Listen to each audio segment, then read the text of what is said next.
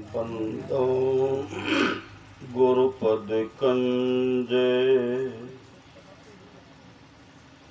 कृपा सिंधु नर रूप हरे महामोह तुम पुंजे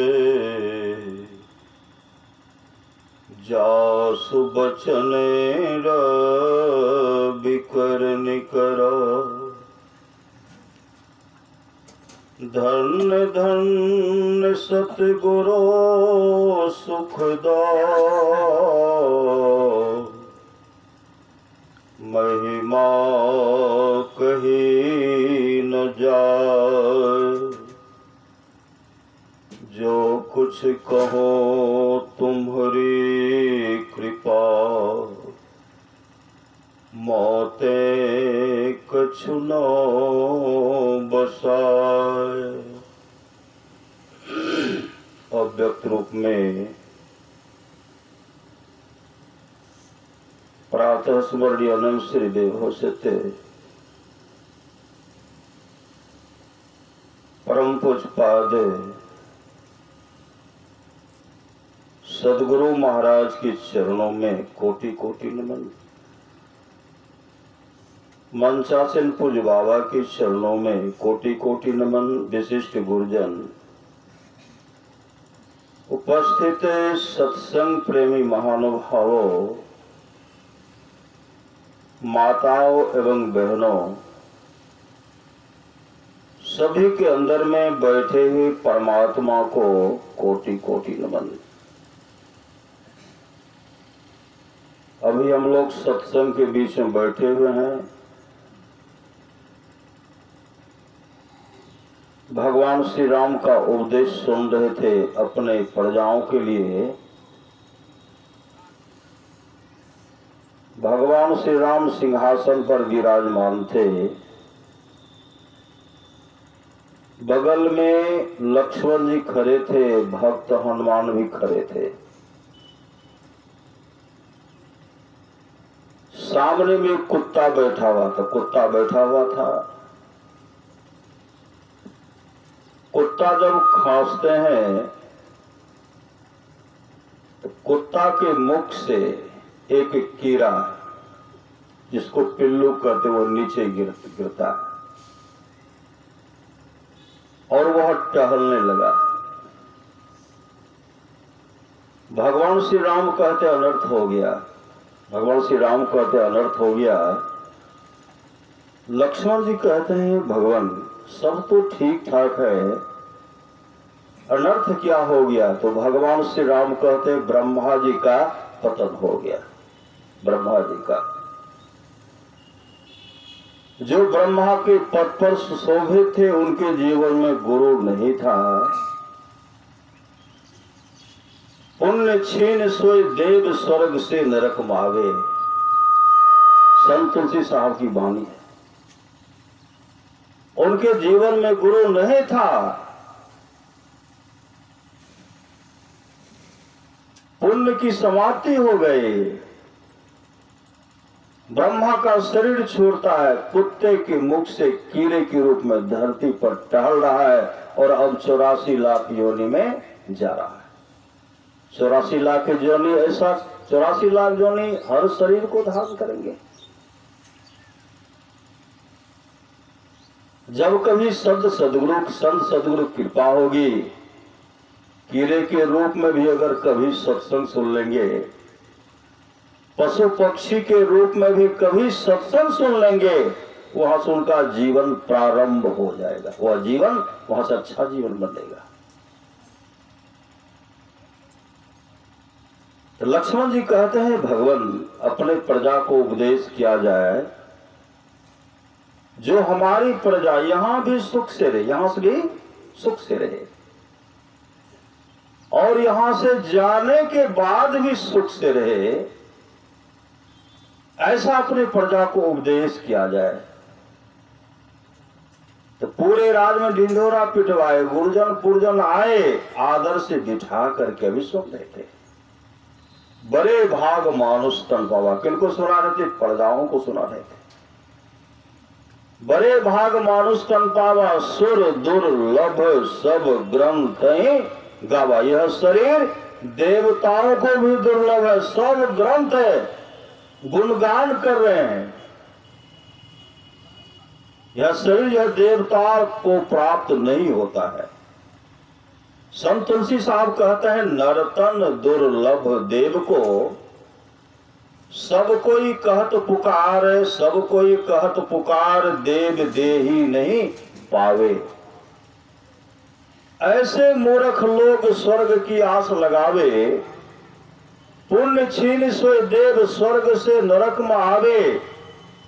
भर में चारों खान पुण्य कहे ताई रिझावे, तुलसी सतमत तत् बहे स्वर्ग पर करे खखार।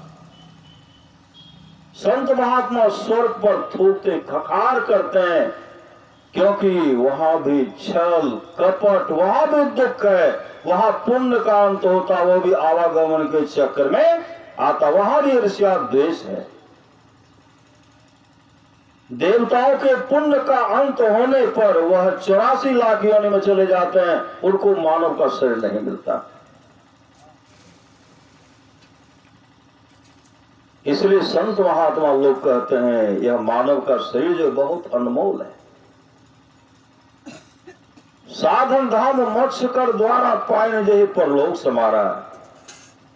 यह भी सुन रहे थे, शोक परत्र दुख पावई, सिर धुनी धुनी पछता। वह परलोक में दुख पाता है, सिर धुन धुन करके पछताता है। कहा? नरक लोक में। जिसके जीवन में सदगुरु नहीं, जिसके जीवन में सत्संग नहीं, वह नरक में दुख भोगते हैं। और वहां चीखते, जब जमदूत पिटाई करते हैं, जब मुकदर से पीड़ते हैं, जब कुटाई करते हैं, श्री सदगुरु जब पिटाई करते हैं, कुटाई करते थे, हे भार्या, हे पुत्र, हे कुटुंबियों, हे सगे संबंधियों, कोई तो मुझे बचाओ। कौन बचाएंगे? गुरुविन कौन मिटावे भक्त, गुरुविन कौन मिटावे रे। श्री सदगुरु महाराज की जय। गुरुविन कौन मिटावे भव दुख, गुरुविन कौन मिटावे रे। गुरुविन कौन सहाय नरक में, गुरुविन कौन सहाय रे। गुरु के सिवा कोई मददगार नहीं होगा।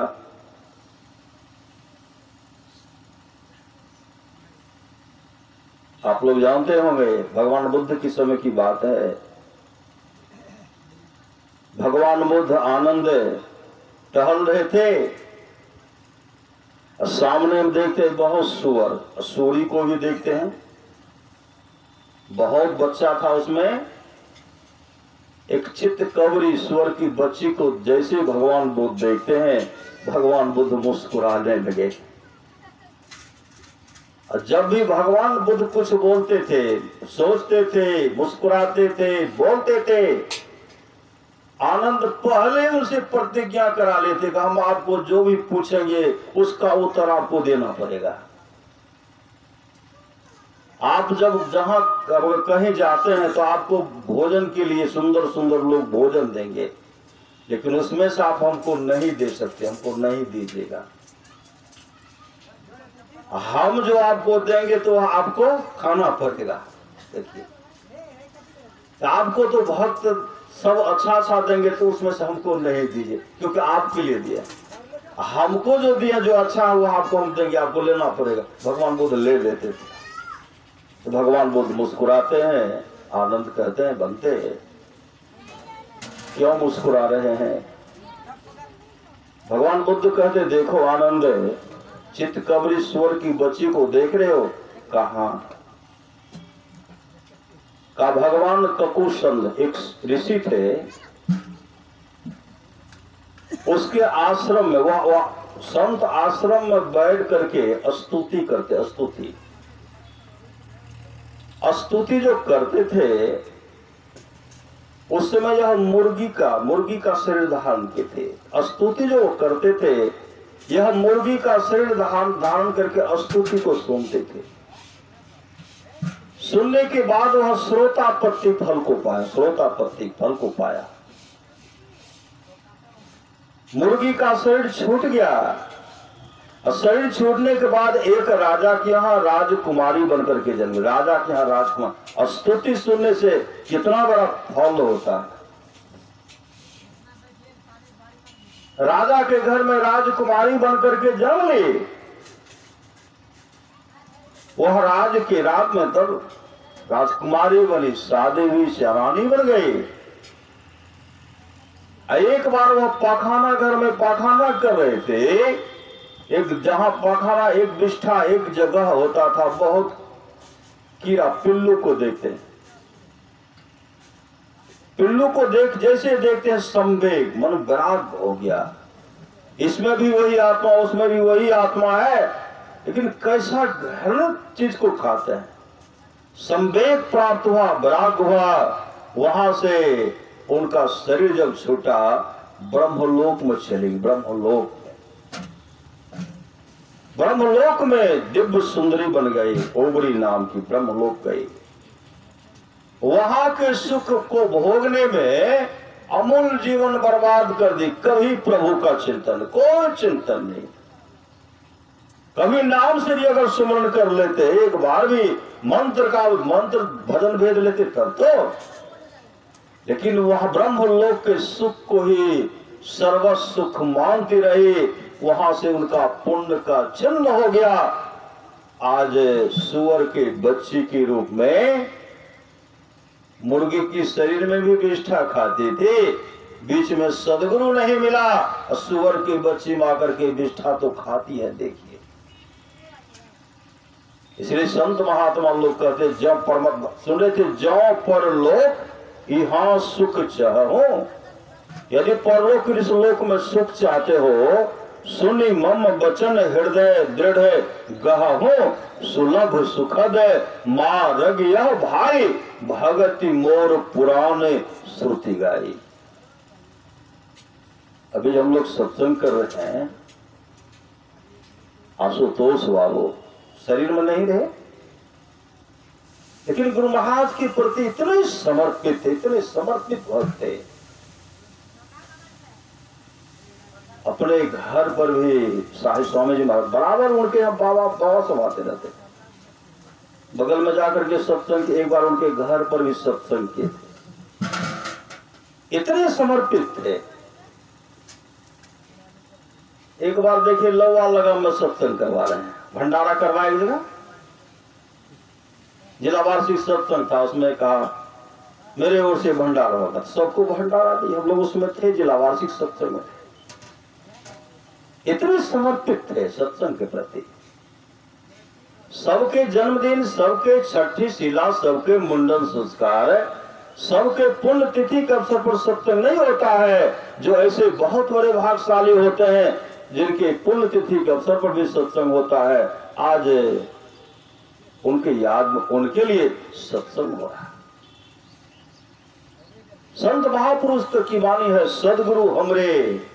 कौन? जो भक्त हैं, जो भक्त हैं।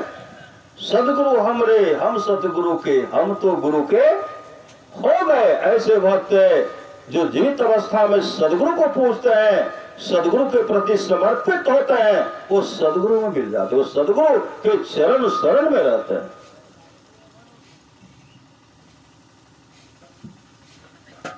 जिनके प्रथम पुण्यतिथि के अवसर पर सत्संग होता है, पापी से भी पापी अगर होता है, वहां से नरक लोक से निकल करके स्वर्ग लोक को चले जाते। पापी से भी पापी, ये तो पुण्यात्मा थे, धर्मात्मा थे, सदगुरु के दुलारे भी थे, सदगुरु के प्यारे भी थे। फिर भी मांग है, मांगन है इस सदगुरु। शरीर तो नश्वर है, नश्वर तन की होगी विदाई। नहीं, एक न एक दिन इस शरीर की विदाई होगी। नश्वर तन की होगी विदाई। बारात को कौन साथ चलेंगे?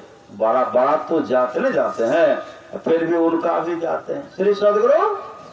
अब वहां से सबको वापस आना पड़ता है, जो अपने जीवन में शुभ काम करते हैं, जो थोड़ा भी सत्संग का जिसके जीवन में लसंग है, धर्म रूपी जिसके पास पूंजी है, यहां से लेकर धर्मराज की अदालत तक वो साथ देते हैं। वहां ही नहीं साथ देते हैं, जब तक संसार में आने जाने का काम होगा धर्म तब तक उनके साथ देते रहते हैं।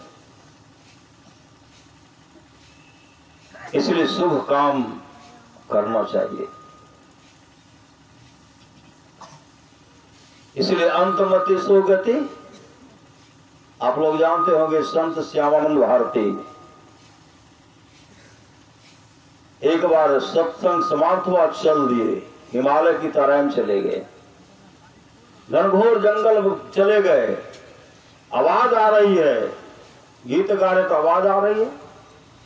आगे बढ़े, देखते हैं मरकरी जल रहा है, केसियो बज रहा है, बाजा बज रहा है और सब कोई गा रहे हैं। गा तो गाने का आवाज सुन रहे, लेकिन उसमें एक भी मनुष्य नहीं था। एक भी मनुष्य नहीं था। कौन था? सिर्फ हड्डी नाच रहा था, हड्डी। सब प्रेत का स्वभाव, प्रेत सब उछल कूद कर रहे थे। संत श्यामानंद भारती कहते हैं यहां तो एक भी मनुष्य को नहीं देखते हैं, इस तरह तरह का व्यवस्था है, तुम लोग गाना किस खुशी में गा रहे हो? सब आए, चारों तरफ से घेर लेते हैं और कहते हैं कल जो है प्रेत प्रधान की लड़की की शादी है। प्रेत प्रधान जो है सब उसकी लड़की की शादी है। संत श्यामानंद भारती नाम का स्मरण कर रहे थे, सब प्रेत बगले में थे, दूर हट करके। का लड़की कहाँ? तो लड़की को दिख रहा है, हड्डी का लगा, हड्डी न शरीर में त्वचा है न मांस है, सिर्फ हड्डी उछल रहा है। ऐसे सिर को झुका लिए, का यही लड़की है। का लड़का कहाँ है? का लड़का अभी नहीं आया। तो लड़का कहाँ है? लड़का अमुक गांव में अमुक सेठ का पुत्र है। कल उस लड़के की मृत्यु होगी, मृत्यु होने के बाद वो प्रेत का शरीर धारण करेंगे। जैसे प्रेत का शरीर धारण करेंगे तो अब दोनों की शादी हो जाएगी। संत श्यामानंद भारती सब पता लगे, वहां से आए। सुबह जब हुआ तो सेठ के घर पर पहुंचे, पता लगाते हुए। सेठ जी अपने दरवाजे पर खड़े थे। सेठ जी जब उनको देखते हैं तो बुलाए, आदर से बिठाए। संत श्यामानंद भारती कहते हैं हम अमुक सेठ से मिलना चाहते। कहा मेरा ही, मैं ही हूं। कहते आपका पुत्र बीमार पड़? कहा हाँ बीमार पड़ गया। क्या इलाज नहीं कराए? कहा बहुत इलाज कराए लेकिन ठीक नहीं हो रहा। वो भी हार गए हैं, वो चाहते हैं कि जितना जल्दी मेरा शरीर छोड़ जाए। तो लड़का कहाँ है? ले गए अंदर। जब ले गए, लड़का तो मरणासन था, मरणासन। करवट भी नहीं बदल सकते हैं, करवट भी नहीं बदल सकते। जैसे संत श्यामानंद भारती को देखते हैं वो ऐसे हाथ जोड़ लेते हैं। संत श्यामानंद भारती कहते हैं जीने की इच्छा है? का नहीं महाराज, शरीर में बहुत कष्ट हो रहा है, जितना जल्दी मेरा शरीर छूट जाए यह आशीर्वाद हमको दीजिए। नाम दान लिए हो? कहा नहीं, नाम दान नहीं लिया। तब उनको मंत्र बताए। मंत्र जैसे मंत्र बताए, कहते हैं जपो। जप रहे हैं, बीच में पूछते हैं जाप जप रहे हो? महाराज मैं तो भूल ही गया था। फिर याद दिलाते हैं जपो, फिर अपना प्रारंभ कर दिए। संत श्यामानंद भारती कहते जाप कर रहे हो? महाराज मैं तो भूल ही गया था। भूल रहा, याद दिलाते दिलाते वह जपते जपते उसका शरीर छूट गया। जब शरीर छूट गया तो सब रोने धोने में लग गए। संत श्यामानंद भारती कहते यहां जो होना था हो गया, अब वहां क्या होता? वहां चले।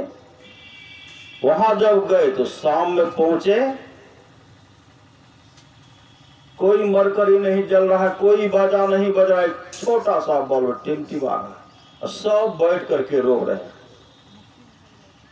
संत श्यामानंद भारती कहते हैं कल तो शादी नहीं थी, तुम लोग आपस में नाच गान कर रहे थे, आज तो शादी है, आज न बाजा बज रहा है न मरकरी जल रहा है और थोड़ा सा बल्ब टिमटिमा रहा है और तुम लोग रोते क्यों? चारों तरफ से घेर लिए और कहते हैं सिखलाने के लिए चले हो। कल आकर के पूछ लिया तुम लोग किस खुशी में नाच गान कर रहे? तो हम लोग बताए प्रेत प्रधान की लड़की की शादी है। तो लड़का कहाँ है? तो हम लोग बता दिए। अब तुम यहां से गया, लड़का को पूछता जीने की इच्छा नहीं है। देखिए प्रेत कैसे पीछे पीछे चलते हैं। वह कह रहा था जीने की इच्छा नहीं है। तुम ऐसा मंत्र बता दिया, हम लोग सब मिलकर के भुलाते थे, भुला देते थे, और फिर याद दिला देता था, जाप जप रहे हो। वो महाराज मैं तो भूल गया। तो इतना जपा, याद दिलाते दिलाते उसका शरीर छूट गया। जपते जाप जपते जपते शरीर छूट गया। शरीर तो छूट गया, जिसको पहले प्रेत योनि माना था वो गंधर्व लोक को चला, गंधर्व लोक को चला गया। तुम्हारे चलते प्रेत प्रधान की लड़की सदा के लिए कुमारी रह गई। हम सब प्रेत और हमारे प्रेत प्रधान तुमको कभी माफ नहीं करें। ऐसे होते हैं सामर्थ्यवान सदगुरु, जो अपने जीवन के बागडोर को सदगुरु के हवाले करेंगे। परमाराज सुभाष ने कहने कृपा के, सबको एक साथ कैसे मरोगे, कोई आगे मरोगे कोई पीछे मरोगे, मेरे संग रहने वाले की अधोगति नहीं होती। मैं मोक्ष नहीं चाहता, मैं बार बार आऊंगा, तब तक आऊंगा जब तक अपने सारे शिष्यों को मोक्ष नहीं दिला दो। इस आत्मा के, जिस पुण्यात्मा के लिए पुण्यतिथि का अवसर पर सत्संग कर रहे हैं, वो तो सदगुरु के दुलारे थे। थोड़ा जपते हैं तो गंधर्व लोक को चले जाते हैं, कोई ताप्तिस भवन को चले जाते हैं, कोई अच्छे अच्छे लोग को चले जाते हैं। जो हमेशा जपते रहते थे वो किस लोक में जाए, कितनी उनकी अच्छी गति होगी। आप लोग जानते होंगे गुलक व्याध को, गुलक व्याध, गुलक व्याध डाका डालने का काम करते थे। बटमार लुटेरे लोगों का धन भी हरण कर लेते थे, हत्या भी कर देते, हत्या कर देते थे। उसके जीवन में पुण्य नाम का चीजें नहीं था। एक दिन की बात है, डाका डालने के ख्याल से गुलक व्याध घर से निकले। घर से जब निकले तो गांव में मौका नहीं मिला, और उनके नाम सुनकर के लोग कांपते थे। किवाड़ को दिन में बंद करके हमेशा रहते थे। इतने बड़ा हत्यारा था, डाकू था, लुटेरा था। डाका डालने के ख्याल से जब निकले, गांव में नहीं मौका मिला, आगे बढ़ रहे, चले गए घनघोर जंगल। घनघोर जंगल जब जाते हैं, वहां भगवान विष्णु का मंदिर को देखते। भगवान विष्णु का मंदिर था। जैसे मंदिर के पास जाते हैं, देखते हैं गुंबद जो है, भगवान विष्णु का जो मंदिर है, गुंबद जो है वह सोना का है। अब भगवान विष्णु का जो मूर्ति है वह भी सोना का है। जैसे सोना को देखते, मतलब इतने खुश हो गए। गांव में नहीं मिला, नहीं मिला, अब जंगल में मिला। अब भगवान विष्णु का मूर्ति जो है लेकर के जाऊंगा, और टुकड़ा टुकड़ा करके भजा भजा करके बेचूंगा, परिवार का भरण पोषण करूंगा। अब जीवन में कभी दुख नहीं होगा। इतना बड़ा भगवान विष्णु का मूर्ति है, सोना का है। जैसे तलवार लेकर के अंदर प्रवेश करते हैं, उधर से एक उत्तंक ऋषि निकलते। उत्तंक ऋषि, जैसे उत्तंक ऋषि निकलते हैं, उत्तंक ऋषि को देखते हैं। गुलक व्याध के मन में हुआ, रास्ते का अगर कोई रो रहा है तो यही संत है, और तो कोई है नहीं, यही रोकने वाला है। पहले इसी का काम तमाम कर देता हूं। तलवार लेकर के जैसे उन पर टूट पड़े, उसी समय उत्तंक ऋषि कहते, भैया क्या करने के लिए जा रहे हो? गुलक व्याध कहते, मेरा कोई भाई नहीं है, हमको धन चाहिए, धन। रास्ते का रोरा तुम हो, तुम। जब तक हम तुम्हारा हत्या नहीं करेंगे, तुम हमको लेकर के जाने के लिए दोगे नहीं, इसलिए पहले तुम्हारा ही सफाया करेंगे। जैसे तलवार को उठाते हैं, उत्तंक ऋषि कहते, भैया तुम तो जीवन में पाप ही पाप बटोरा, और तुम्हारे जीवन में आज ऐसा पाप बन रहा है, नरक में इतना दुख भोगना पड़ेगा, इतना कष्ट होगा।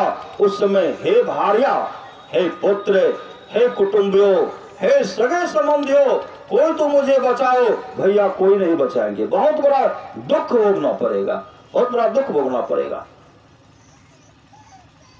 जमदूत घसीटते हुए लेकर चले जाएंगे, काफी दुख होगा।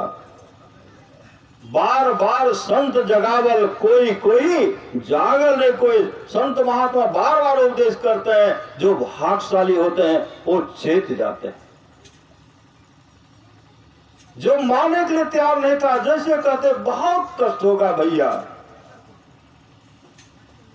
उसी समय कुलिक व्याध के मुख से निकलता है, हे ऋषिवर मैं एक क्या, मैं तो बहुतों का हत्या किया, बहुतों का धन लूटा, अब तो मुझे बहुत दुख भोगना पड़ेगा। हे ऋषिवर मेरा कल्याण कैसे होगा, मेरा कल्याण कैसे होगा। उसी समय कुलिक व्याध अपने माथा को उत्तंग ऋषि के चरणों पर रखते हैं और आंसू से उत्तंग ऋषि के चरण को धो डाले और हमेशा, हे ऋषिवर मेरा कल्याण कैसे होगा, मैं तो बहुत बड़ा पापी निकला। इतने हृदय से, मतलब इतने श्रद्धा से आंसू बहा रहे हैं, उनके चरण को धो डाले। जैसे उनके चरण को धो डालते हैं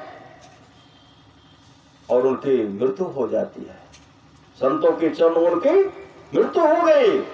उसी समय उत्तंग ऋषि क्या करते हैं, भगवान विष्णु के लिए जो चरणोदक था वह लेकर के उनके पूरे शरीर को सींचते हैं। ओम नमो भगवते वासुदेवाय, ओम नमो भगवते वासुदेवाय, यह मंत्र का उच्चारण कर रहे हैं, उनको सींच रहे हैं। सींचते सींचते जो कुलिक व्याध का लाश था उससे दिव्य पुरुष निकलता है। और कैसा पुरुष, भगवान विष्णु के रूप और स्वरूप जैसा। शंख चक्र गदा पद में उनके हाथ में है, वैकुंठ लोक से विमान आता है, 1000 ऋषि मुनि हैं, भगवान विष्णु के पार्षद हैं और विमान पर बैठे और पुष्पों का वर्षा किन पर करते हैं, संत सदगुरु उत्तंग ऋषि पर पुष्पों की वर्षा करते हुए वैकुंठ लोक को चले गए। एक गुरु और संत की कृपा, लेकिन पात्र चाहिए, पात्र। सुन रहे थे, भगति सुतंत्र सकल सुख खाने, बिनु सत्संग न पावे प्राणे। सत्संग लोग बैठे हुए हैं और एक गुपुत मत, भगवान श्री राम कहते हैं, और एक गुपुत मत सब है कहो कर जोर, शंकर भजन बिना नर भगति न पावे मोर। जो भगवान राम त्रेता में कह गए, आज सदगुरु उन वाणी को अपने भक्तों के बीच में रखते हैं। मानस जप, मानस ध्यान और दृष्टियों की क्रिया जो है, और वो गुप्त मत कहाँ अपने को रखना है। संत मत में प्रत्येक सत्संगी को सबको मालूम है और सत्संग नित्य ध्यान नित्य करते हैं और सबका जीवन एक न एक दिन मंगलमय अवश्य होगा। अमर मुनि का आदेश है, 100 काम को छोड़ करके स्नान करना चाहिए, 1000 काम को छोड़ करके भोजन करना चाहिए, 1,00,000 काम को छोड़ करके सत्संग करना चाहिए, करोड़ों काम को छोड़ करके अपने जीवन के बागडोर को सदगुरु के हवाले करना चाहिए। परमारास महाराज की वाणी है, उत्साह के साथ सत्संग कीजिए। जो सत्संग के उत्साह में विघ्न डालते हैं, परमात्मा उनको दंड देते हैं, परमात्मा उनको दंड देते हैं, परमात्मा उनको दंड देते हैं। जाओ, मैंने 3 बार कह दिया। जिसके आसपास में सत्संग हो वहां के लोग घर में बैठे रहे, सत्संग में नहीं आवे नहीं जाए, समझिए ऐसे लोगों का भाग संस्कार बहुत गिरा हुआ है। जो लोग बहुत दिनों से सत्संग करते आ रहे हैं, अभी कर रहे हैं, आगे भी करेंगे, वे सभी महासुख के भागी होंगे। महासुख के बहुत बड़ा सुख है, उसमें हिस्सा मिल जाएगा, कभी दुख का मुख नहीं देखना पड़ेगा। लेकिन सत्संग नित्य और ध्यान नित्य संलग्नता के साथ कीजिए। भगवान श्री कृष्ण की वाणी है, निष्पाप उद्धव जी, कोई कितना भी अश्वमेध यज्ञ कर ले, कृष्ण चंद्रायण आदि आदि व्रत कर ले, उसके द्वारा में सुलभता से प्राप्त नहीं होता। बस एक सत्संग ऐसा जरिया है जिसके द्वारा में सुलभता से प्राप्त हो जाता, उस भक्त के बस में हो जाता और उस भक्त का परम कल्याण हो जाता। परमारास महाराज की वाणी है, थोड़ा सा भी सत्संग करो, बड़ा लाभ होता है। जितना लाभ कि बहुत धन के मिलने, बहुत विद्या के पढ़ने से होता, उतना लाभ सत्संग से होता है। नित्य नियमित ढंग से सत्संग करो और सत्संग से खाली कोई मत रहो। अभी अमृत की वर्षा हुई, अध्यात्म ग्रंथ का सार सार ज्ञान कह दिया। जिसको याद रहा उसको अमृत मिला, जिसको याद नहीं रहा उसने अमृत को खो दिया। भगवान श्री राम की अमृतवाणी सुन रहे थे। जीवन मुक्त ब्रह्म पर चरित सुनहि तय ध्यान, जे हरि कथा न कर ही रति तिनके ये पाषाण। बड़े भाग मानुष तन पावा, सुर दुर्लभ सब ग्रंथ गावा। साधन धाम मोक्ष कर द्वारा, पाइन जहि पर रोग समारा। सो परतर दुख पावे, सिर धोनी धोनी पछताए। काल है कर्म ईश्वर ही मिथ्या दोष लगाए। यही तन कर फल विषम भाई, स्वर्गों स्वल्प अंत दुख गाई। नर तन पाई विषय मन देहि, पलट सुधाते सठ विष लेहि। ताहि कबहु कह ताहि कबहु भल कहे न कोई, गुंजा ग्रही परस मनि खोई। आकर चारी लक्ष्य 84, जोनि भ्रमति है जीव अविनाशी। फिर सदा माया कर प्रेरा, काल कर्म स्वभाव गुण घेरा। कब हूं की करी करुणा नर देहि। और कारण ही स्नेह करने वाले ईश्वर जीव पर दया करके मानव का सिर दिया। कब हूं की करी करुणा नर देहि, देते इस बिनु हेत स्नेही। नर तन भव बारिनी कह बेरो, सन्मुख मरुत अनुग्रह मेरो। करणधार सदगुरु दीर्णावा, दुर्लभ साज सुलभ करि पावा।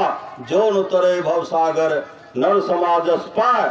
सोकृत निंदक मंद मति, आत्म हन गति। 84 लाख योनि में अभी काजू किशमिश रस कदम चलता है। जीवन में सदगुरु है ये नहीं। राम नाम आमलेट गोपाल नाम टे, हरि नाम बिस्कुट घोर घोर पी, इसमें जो लगे हुए हैं। गीता स्वामी कहते हैं, ओ गंगा राम तेरा सुगना पिजरा पुराना हो गया। तुम बैठा है खामोश, तेरा साथी रवाना। साथी शरीर है, शरीर में वो साथी है तो शरीर का चमक है दमक है। जिस दिन साथी निकल गया, शरीर से दुर्गंध निकलेगी, दुर्गंध। इस शरीर में रह करके उस साथी का जीवन बना देना। ऐसी शरीर में रह करके उस साथी का मतलब आत्मा रूपी साथी जो है उसका जीवन बनेगा। शरीर में रहते हुए सत्संग करेंगे तब। ओ गंगाराम तेरा सुगना पिंजरा पुराना हो गया। तुम बैठा है खामोश, तेरा साथी रवाना हो गया। मौत रूपी बिल्ली बैठी है तेरी ताक में। मोड़ तू पछताएगा, मिल जाएगा जब तू राख में। ओ मुसाफिर कर तैयारी, गाड़ी आने वाली है। तत्काल ही छूट जाएगी, सीटी बजाने वाली है। मौत रूपी डाक गाड़ी जिस समय में आएगी कि हे गीतानंद यहाँ की सारी संपत्ति यही रह जाएगी।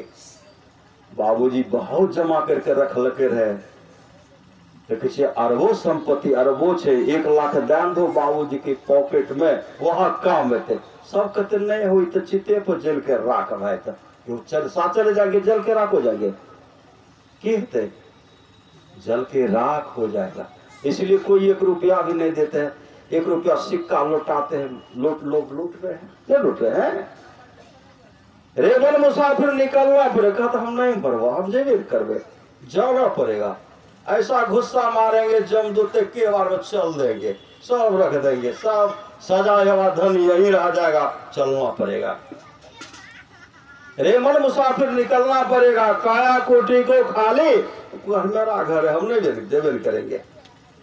रेमन मुसाफिर निकलना पड़ेगा, काया कोठी को खाली करना पड़ेगा। भाड़े के क्वार्टर को क्या तू संभाले, जिस दिन तुझे घर का मालिक निकाले, इसका किराया भी भरना पड़ेगा। जितने दिन देंगे एक एक हिसाब चुकाना पड़ेगा।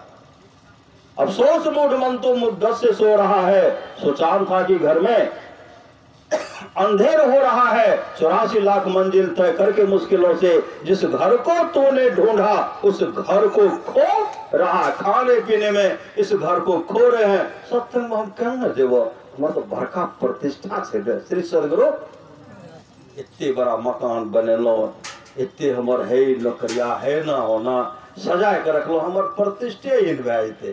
और टहल ले बोर को दोख लगा। श्री सदगुरु सिनेमा देखने में कोई लज्जा नहीं, और सत्संग करने में जो सत्संग आपके जीवन को मंगल में बना देंगे, या सत्संग का लसंग जो है आपको मोक्ष धाम तक पहुंचा देंगे।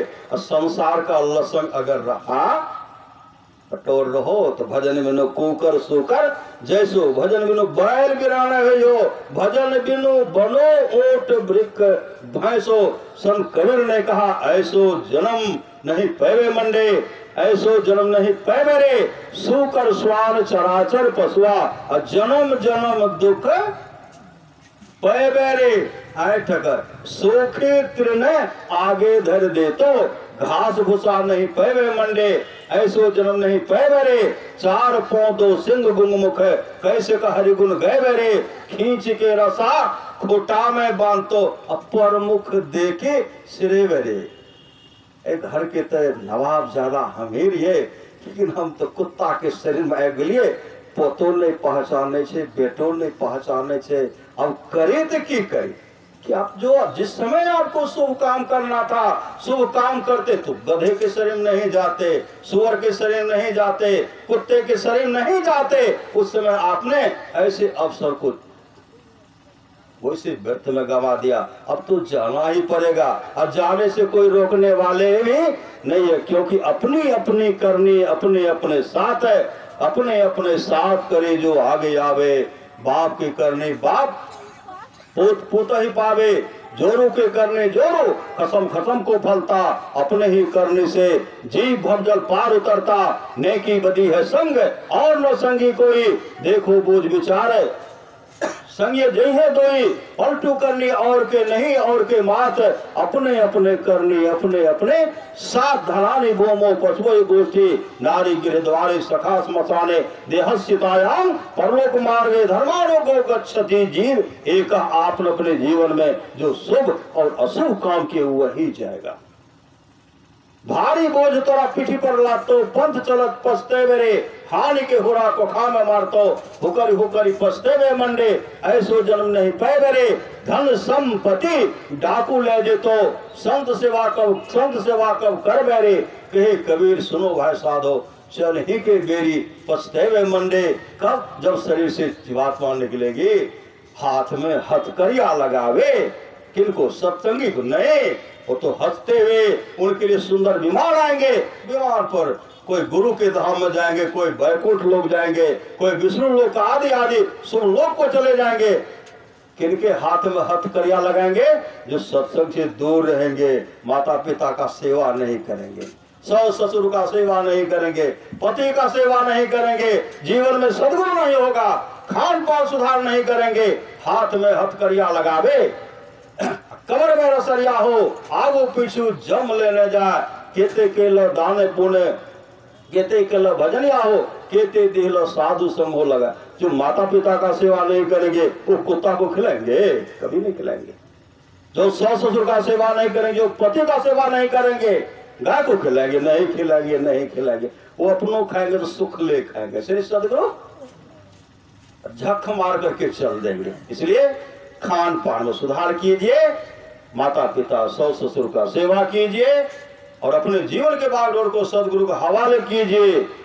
संत कबीर साहब कहते, धन संपत्ति डाकू ले जे तो, संत सेवा कब कर रे, कहे कबीर सुनो भाई साधो, चल ही के बेरी पछते मंडे। चलने से पश्चाताप नहीं करना पड़े, जिसके लिए भगवान श्री राम की वाणी सुन रहे थे। सो परत दुख पावे, सिर धुने धुने पछताए, काल ही कर्मेश्वर ही मिथ्या दोष लगाए। कंजूसरी पकड़ाते, ना ही के लिए दावे पुणे, ना ही के लिए भजनिया हो, ना ही के लिए साधु संग हो लगा। नहीं राम माई बाप दल के गहनमा हो, जाई बेरिया लल के सब कुछ छोड़ नहीं रखेंगे हाथ। जाई बेरिया लल के उतार, अपन अपन गठरी सवारो बांधो सकिया, वहां नहीं पैसा उधार। वहां पैसा नहीं मिलेगा, न उधार न पैसा मिलेगा। आप लोग जानते होंगे कर्ण को, कर्ण का जब शरीर छूटा, कर्ण पहले बहुत सोना दान करते थे ना, जब उसका शरीर छूटा तो धर्मराज के पास गए और जोरों की भूख लगी। धर्मराज क्या करते, बहुत बड़ा थाल में सोना सजा करके देते हैं। कर्ण महाराज आप खाइए। कहते महाराज ये कैसे खाया जाएगा सोना। धर्मराज कहते आप तो अन्न दान किए नहीं तो आपको मिलेगा कैसे, आपने स्वर्ण दान किया तो वर्धित होकर के आपके पास रखा। महाराज कैसे खाया, और जोरों की भूख लगी है। उन्होंने प्रार्थना कर रहे हैं कि भगवान हमको फिर मौका दीजिए। धर्मराज उनको 15 दिन के लिए मृत्यु लोक में भेजे। अब मृत्यु लोक में आकर के वो भंडारा 15 दिन तक भंडारा कराते रह गए। कराते कराते 15 दिन के बाद जब वहां से गए, जोरों की भूख लगी तो सब यहाँ जो जो खिलाए थे सब थाल सजावा। जो दान भूखे को भोजन करेंगे उनको भूख प्यास थोड़े सताएगी। इसलिए सामने में कुत्ता, सास ससुर का सेवा कीजिए, पति का सेवा कीजिए, बच्चे को पढ़ाई लिखाइए। पहला रोटी गाय को, दूसरा रोटी कुत्ता को, तीसरा रोटी कौवा को दीजिए। कुछ इधर उधर भी चींटी को दे दीजिए, चीनी दे दीजिए। यहाँ भी सुख वहाँ सुख होगा। श्री सदगुरु महाराज की जय। और हम लोग बाबा से सुनेंगे श्री सदगुरु महाराज की जय।